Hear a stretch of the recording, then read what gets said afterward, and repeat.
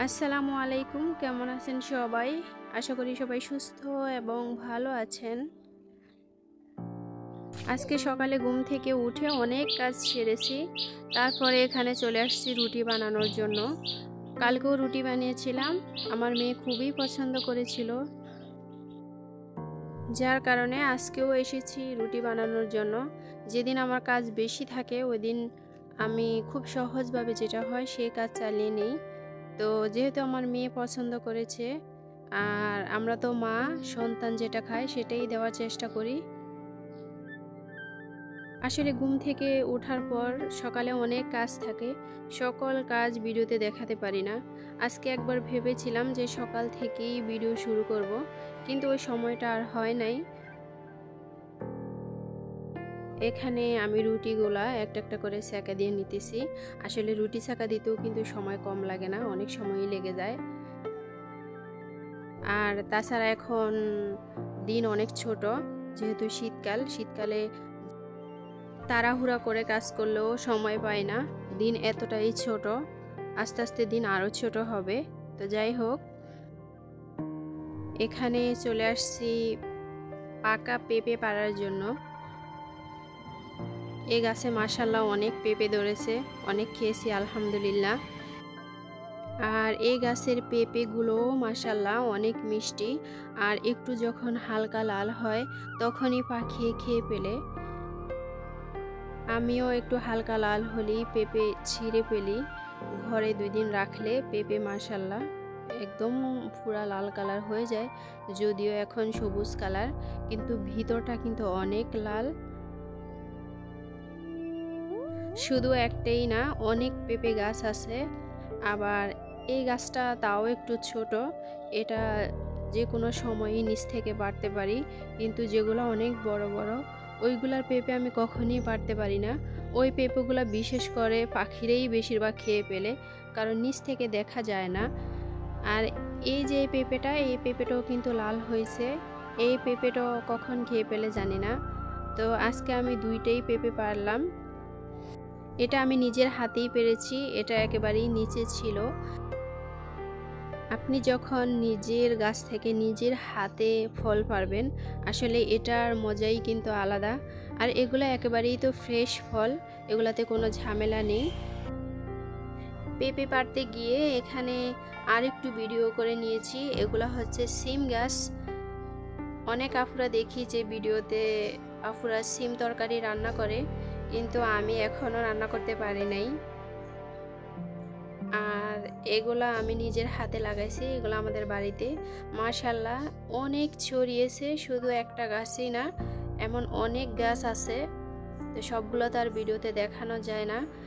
তবে গাছগুলা যেহেতু অনেক বড় আর আমার মাথার উপরে, আর মাত্র ফুল এসেছে কিন্তু আমি দেখাতে পারি নাই। তো যাই হোক, ওই গাছটা ছাড়াও এখানে আরেকটা ঝাড় আছে। আমরা আমরা সিম গাছকে সিমের ঝাড় বলি, এক এক জায়গায় এক একটা ঝাড়। তো এরকম অনেকটাই ঝাড় আছে। এটাও মাশাআল্লাহ অনেক ছড়াইছে। আর এগুলার সিম খেতে আসলেই ভীষণ মজা। সিম তরকারি আমরা কখনই কিনে খাই না, আমাদের বাড়ি থেকে যখন আসে তখনই আমরা খেতে থাকি। প্রত্যেক বছরই আমরা সিম গাছ লাগাই। সিম গাছেও কিন্তু অনেক ঝামেলা আছে, অনেক ছোপ দিতে হয়, জাল দিতে হয়।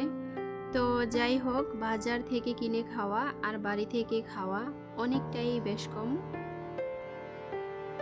সিম গাছের পাশাপাশি আরেকটা জিনিস দেখে আপনাদেরকে, এটা হচ্ছে আম গাছ। এই গাছটার নাম হচ্ছে কাটিমন।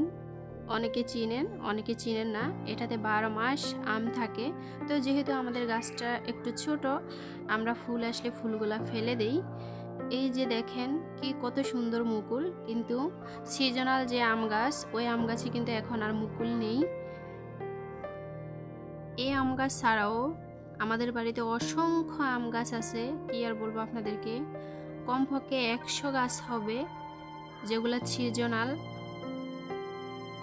ওই সব গাছে কিন্তু এখনো আম দেয়নি, যেহেতু আমাদের এটা নতুন বাড়ি।